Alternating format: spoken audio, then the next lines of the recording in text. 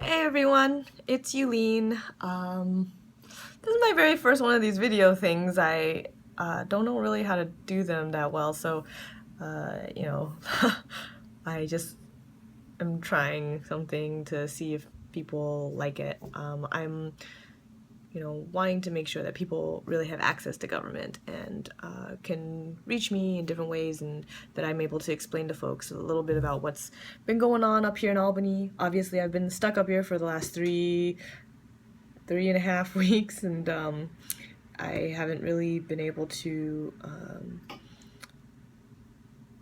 I guess, write home about it or talk about what's been going on because we've just been so busy. In fact, it's around 10 now, and I just got back to my hotel room here at the Holiday Inn Express, and I just wanted to kind of let folks know about some of the things that we talked about today.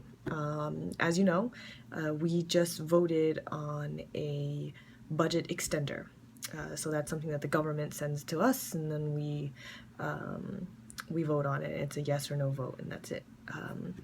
So I just want to say that I know today's budget extender was not a perfect situation, and it wasn't something that any of us really wanted to vote on. I got a lot of questions about it when I put the whole thing online. 1,700 pages, I believe. It was a link on my Facebook, and I just received endless texts from a bunch of constituents who had my number to ask me about what it was, how it works, and I just wanted to let folks know that we are working really, really hard on trying to pass a budget. We've been working hard to deliver New Yorkers a comprehensive budget, but unfortunately that just wasn't possible today. We are continuing to work. That's why we were in discussions until 9:30 tonight. So, I just wanted to kind of say that I understand a lot of the confusion, and just wanted to kind of put myself out there as a resource. As legislators, I feel that we have a responsibility to ensure basic services for our constituents. So today we were given a rock and a hard place, and we had to vote to keep our government functioning. We simply could not allow for a government shutdown. So, it's our job to govern. So, I felt that the shutdown was simply unacceptable, not just for the civil servants who depend on their paychecks to make ends meet, but also for the schools, hospitals, and local governments that so many people depend on, including all of us. So, I just really feel that it was hard. New Yorkers deserve a real budget, one that addresses funding issues around important items such as affordable housing, raising the age, school aid, and a state government that works.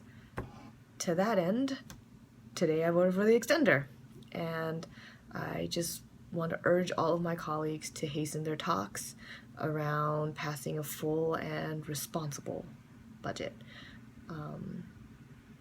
You probably read in the news that this extender and the threat to the basic functioning of our state government could have been avoided had Senate Republicans been open to raising the age.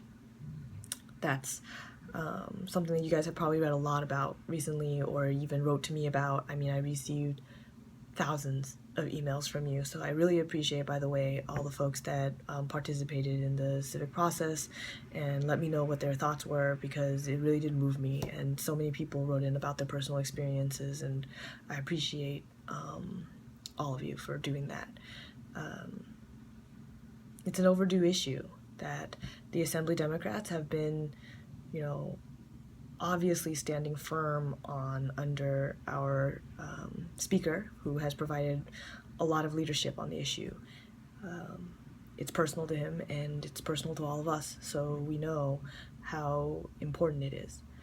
Unfortunately, as evidenced by some of the comments made by several Republican legislators, some of our colleagues are so entrenched in an ideology of punishment and suppression that they would prefer suspending funding for schools, hospitals, and basic government services rather than put New York, which is one of the most progressive states except in these areas, in alignment with the rest of our country around the treatment of minors. We are literally one of 2 states left.